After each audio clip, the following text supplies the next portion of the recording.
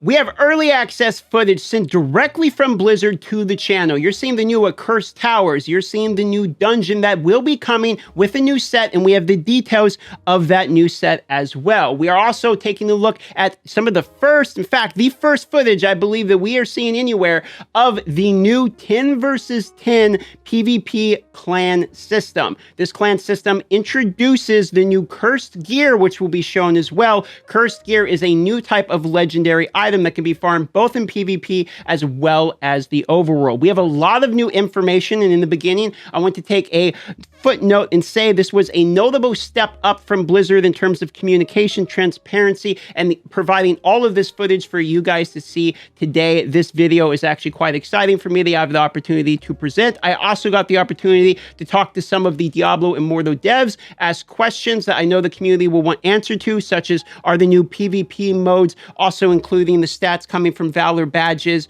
how does the new set items work, etc. So we'll have the answer to those questions that I know will arise as we break into the details. Go ahead and hit that like button or subscribe to the channel if you're new, and let's get going with today's breakdown. First, I'm going to explain to you how the Accursed Tower map works, what the mechanics and logistics of the fight is, and then after that, I'm going to explain to you the reward structure. I'm going to be using Paint here to explain to you briefly while you're actually watching the footage of how this works. So, how this works, it is a mirrored map.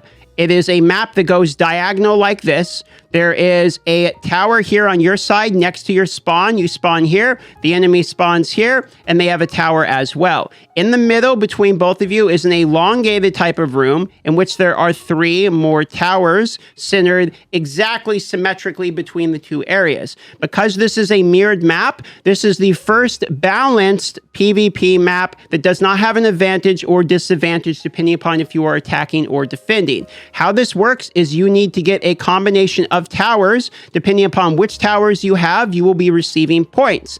Now, if you have 3 out of the 5, you will be receiving more points than the enemy who has 2 out of the 5. People who play Call of Duty Domination, King of the Hill, and Halo, or basically any of these other capture the area type of gameplay will understand this type of mode in which I am attempting to explain. It's very simple. Have more points than the enemy by having more towers for more of the time. The first team to actually get to 1,500 points from having the towers longer than the enemy will win this battle. Now, there are 2 things to keep in mind. The first one is how do you actually defend and how do you actually choose to fight?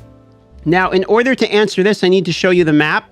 This is effectively what the map looks like. There will be waves of releasing different legendary towers. So for instance, they're going to release so many of them. I forget how many. I think it was like 48 in the first wave or something like that. They'll release more waves in the months to come, meaning there will be more total towers as the game progresses. However, in the start, there's a test phase essentially with a certain number, like let's call it a third of the total overall towers. Now on this map, it's going to start with nobody owning the towers. You will have to fight for the towers in a 10v10. Once somebody actually owns the tower, the way it will work is you will sign up to battle and attack that type of tower. If there's multiple clans that want to attack a tower and take it over, because some of the rewards are different than other ones. For instance, some of these are going to be more important. So these dungeon rewards might give you, I saw one, for instance, that gave 200 combat rating in Heliquary bosses, for instance, whereas the other ones are like, here, it's just a Cursed Gear piece of reward or what have you. So some of these towers will be more important than the other towers, and your clan will be pick and choosing which ones they want to try to acquire. Now, once your clan actually owns the tower, the attacking team will try to sign up to attack it, sort of like a shadow war. If there's multiple clans attempting to attack it, then what's going to happen is those multiple clans will first do a 10v2, or 10v10, excuse me, amongst themselves, and then the winner of that one will have the opportunity to challenge the defender of the tower in that 10v10. So effectively, you can think of it as a tournament to be able to actually attack the tower if there's too many people. And as the time goes on and this opens up, there will be more and more towers and it'll be less and less of a problem. Now, that's how the battles actually work in terms of the reward structure. This is where Cursed Gear is going to be coming to the game. Now, I dug through their B-roll. I don't believe I see any real good screenshots of this, but I'm going to look one more time. They do not actually provide stats for this. However, luckily, my brain is a steel trap, and I remember how this actually works. So there was an example they showed us of the Cursed Gear that effectively works like set gear. So this is going to replace your normal legendary equipment. In fact, I think there was a video of this. If you take a look here, you can actually see it. You have this little icon around it. It basically looks like upgraded type of gear. How this works is this is effectively like invocation drops. Now you will be receiving an additional opportunity for gear to have cursed prefix or affix essentially on it. Now, the cursed gear works like set bonuses. So if you have 2 pieces of the same curse, it will give you bonuses. Some of the bonuses I saw, for instance, were things like deal up to 130% AoE damage. I mean, that's insane, just when you summon a creature, for instance. So there is multiple effects that look like they could be significant. I heard there's defensive ones as well, as I asked them about the fact that lethality is quite high in PvP. People are dying faster than they have the ability to defend themselves. It feels like PvP death is quicker than quicker than it used to be, and probably is only ramping. And one of my concerns was that this cursed gear would only increase the ramping nature of damage in PvP, therefore making it even less viable to stay alive longer and have potential for outplays, etc. It really just means the person who hits the button first. So there is some counterplay from what I understand coming to this. However, cursed gear is effectively Invocations 2.0 that will be going on to gear, this time not tied with a warband, it's tied with a clan, kind of like the feedback that people sent them when warband came out. Everyone said, why didn't you tie this system to the clan? And the invocations themselves were decently received. This is effectively set items for your normal legendary gear. That's what it is. Now, you might be thinking to yourself, this is another layer of RNG, and you would be correct on gear. However, I did ask them, is this Diablo Immortal's answer to Ancient Primos? For instance, it's supposed to be ultra rare, and it's supposed to stand out like, wow, this guy's got 3 pieces of gear, or is this more expected to be the new norm? The answer is this is more expected to be the new norm, so I would not expect this cursed gear to be extremely rare. On top of it, they were very heavy to mention there is a re-rolling factor, meaning you can actually essentially reforge, sort of like reforge stones. Once you actually get a curse drop, you can reforge this cursed gear to get the one you basically want. Just got to get the cursed gear, which seems kind of nice. There is one quite important part that I haven't mentioned about this cursed gear yet. However, when you get the new cursed gear, it is not all gravy. There is negative effects related to cursed gear. For instance, one of the ones they showcased actually showed a decrease in overall beneficial effect duration as a negative effect. So the cursed gear is literally cursed and will have negative consequences for using it, meaning there is a min-maxing of getting the correct positive and a min-maxing of getting the correct negative effects in order for your gear to really stand out. This is something that I would see grinders being more satisfied at, as instead of just trying to get triple stats, now you have an additional layer of min-maxing your character, meaning this is a grind-friendly type of update to the game from what I can tell, and is less casual friendly, more so of the grinder. Now, some of the rewards were mentioned to be related to the clan tower, meaning if you are in a clan, remember when I very subtly wink told you get in a good clan, I was doing what I could without breaking NDA to try to let you guys know that it was going to be important, and that is because it seems like cursed gear will be a reward for the accursed towers. Who would have guessed? So therefore you can actually acquire that gear a little bit quicker, and because of the reforge system, it looks like just getting your hands on the cursed gear can be quite important in and of itself. Now, a couple points of clarification. It says 12 on 12 PvP battle. I was told and was under the impression, and the Chinese blog actually states this as 10 on 10 PvP battle. So I am not sure where the extra 2 come from. Something else I want to mention here is, as I break down and look at this, they mentioned this several times too, that the cursed gear about archetypes and different variety of gameplay. I think the concept is, you know what we're going to do? We're going to try to add more combinations in the game to break up. They really have this sort of counter mentality where they don't like that there's 1 or 2 extremely strong builds. They want people to have variety, gameplay style, and be able to perform at decent levels with a variety of builds. And I think that's where they're kind of going with Cursed, because there is things like summoner bonuses, etc., within the Cursed gear. So we will see that as it comes out. Now, let me go ahead and break down the Dread Reaver dungeon and some changes that are coming to sets as well. First thing that is most notable is going to be that set items are getting a direct buff in terms of drop rate. So this is something that has been highly requested and was bluntly stated during my meeting that dungeons are getting a buff in terms of drop rate for set items. This is straight from the words of a dev themselves. So it's no longer a mystery. It's no longer, did it get nerfed this one? Did it get, it seems every patch, everyone says it gets nerfed. This patch, it is factually getting buffed. What that actually means in terms of numbers, I do not have that level of transparency.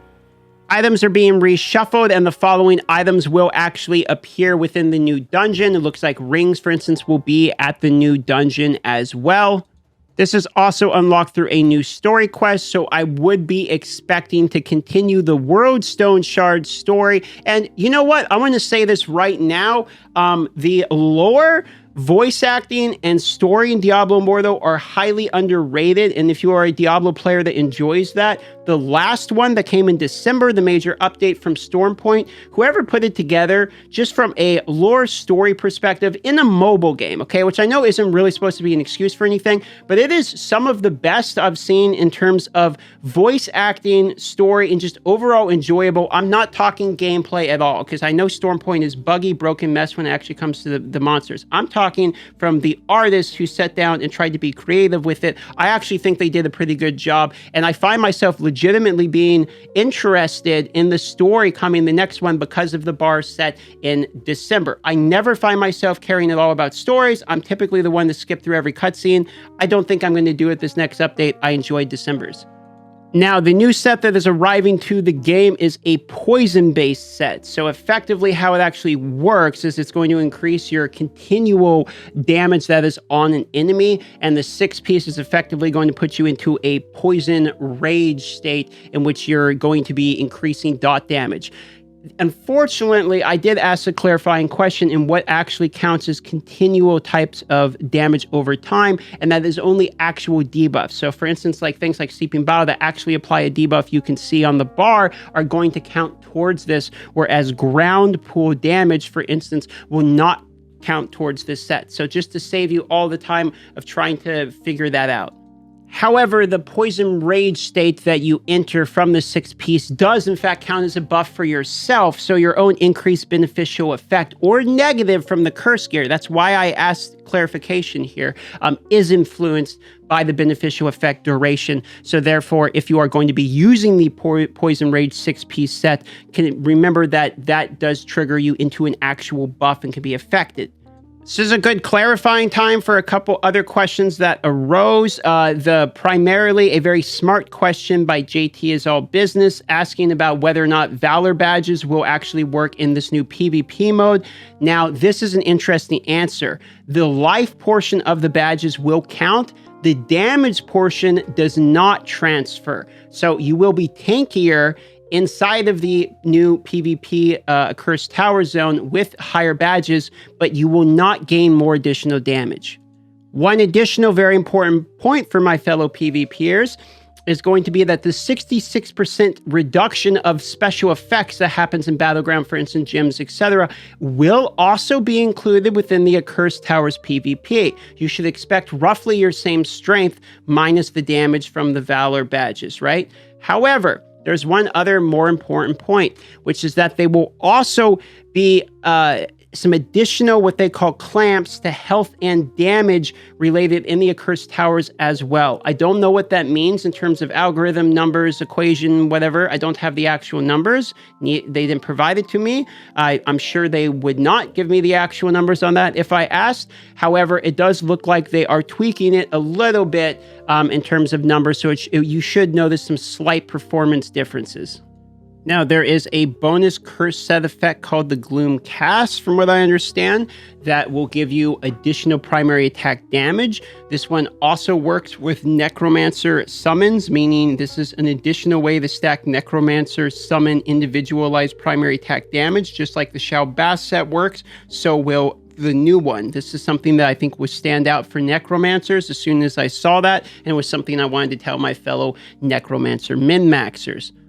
Now, in terms of legendary gems, there are 3 new legendary gems. You'll have to excuse me, but they didn't give me information fully on them. What I do have available is I know there are what the 2-star and 5-star basically are going to do based upon my notes. The 2-star is effectively another continual poison type of damage increase. So it is going to be something similar to like the Grace set, where it will increase your continual damage. I asked the same clarification on whether or not the types of damage that it actually increases is debuffs, as that seems to be stating on the gem itself, that it increases your debuff damage over time type of effects, and it only does basically increase that type of damage. It does not increase, for instance, the continual ground damage. I was specifically thinking of Fire Sprint Barbarian in my example and wanted to know that. So this would be debuff related damage. Now the 5-star one actually does seem interesting.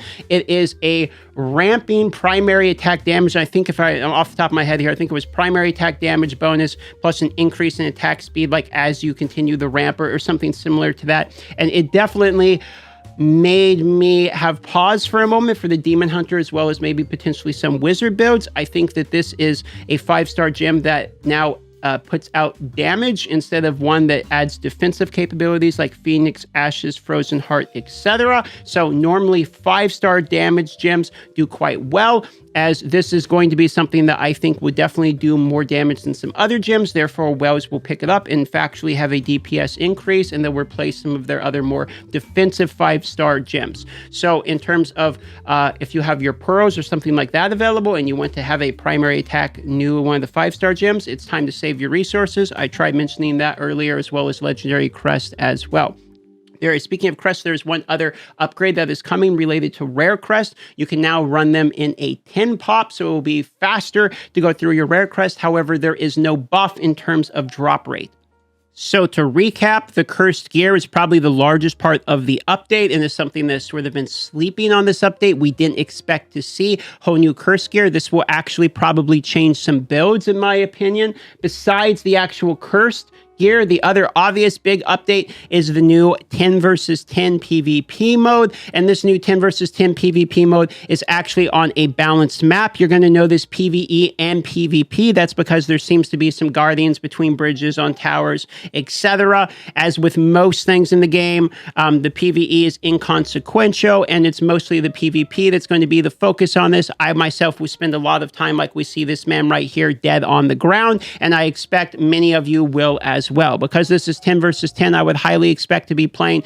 If you're well, you're probably going to get tagged in. It is an organized, scheduled type of event, and your clan leaders will be doing it. I did specifically ask if the Immortals have any kind of advantage, if the Shadow Immortal system has anything to do with this. The answers were thoroughly no and no. You do not have to be an Immortal. You do not have to have any kind of weird preliminary. You just get in, you try to win. If you win, you get the tower. It's pretty much that simple in terms of game performance. The last thing to mention about this is it does actually seem like the reward listing is quite large. And for this, I would need to pull up the data miner's information. His list looks like follows: dungeon difficulty decrease, dungeon damage increase, dungeon boss arrives sooner, dungeon boss damage decrease, challenge rift speed increase, challenge rift damage increase, monster essence increase, experience increase, and PvP damage increase as rewards for the tower. Now, I was not provided with a full list. I was mostly provided with opportunities to see the new stuff in action, as well as ask some questions, and I did my best to ask mostly technical questions that I knew would come up either in the comments, or that the min-maxers or grinders or people that want to know how the new stuff actually functions. For instance, the new legendary gems. I asked about how the new legendary 2-star gem works for the people that might actually go out of their way and purchase this. So I didn't actually think to ask about the reward list, unfortunately. However, the data miner has literally never missed. He's still sniping people headshots from 1,000 yards, and it looks like this probably once again is accurate. I will say that I did see bonus combat rating for things like Heliquary bosses in there,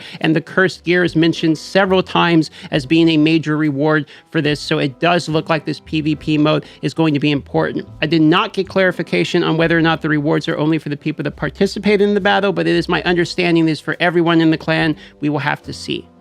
In terms of actual excitement, this is more than likely a 7.5 or 8 out of 10 update in terms of actual content being launched into the game. This is significant because of the following reasons. We actually have a new zone, which was pretty much just the major update we have last time. We have a buff to set items. We have a completely new PvP mode with new rewards. We have new legendary gear layer, including all new set effects and detrimento. So this is another part of the reason I was saying just chill, hit 600 Paragon, just chill. It's because you're going to have to refarm all your gear, basically. And keep in mind that it's another layer of RNG, so invocations plus all the stuff, etc. However, this time it's not tied to your warband, so it looks like we are learning from last time. This was also a massive upgrade in terms of communication. This is the first time they have provided something for me to give to you guys in terms of visual presentation and be able to get the information early, so we're not relying on the Chinese news blogs. And one of the things I like to do is I like to send negative feedback when it's justified, but I also like to send positive reinforcement when I think something good happens. And just from a creator to business point of view, this was probably the smoothest, best interaction I've had with the company in terms of providing information early and giving me access to files, etc., to be able to show you guys. I don't have an amazing amount of footage, but I showed you guys what was accessible, and I had the opportunity to ask some of the questions, etc., which I am thankful for. That is pretty much it in terms of information, and the rest of it is more tinfoil hat stuff and isn't factual straight from, the horse's mouth. So I think I'm just going to leave it there. Thanks for likes, thanks for subscribes, all of the stuff. Bye-bye.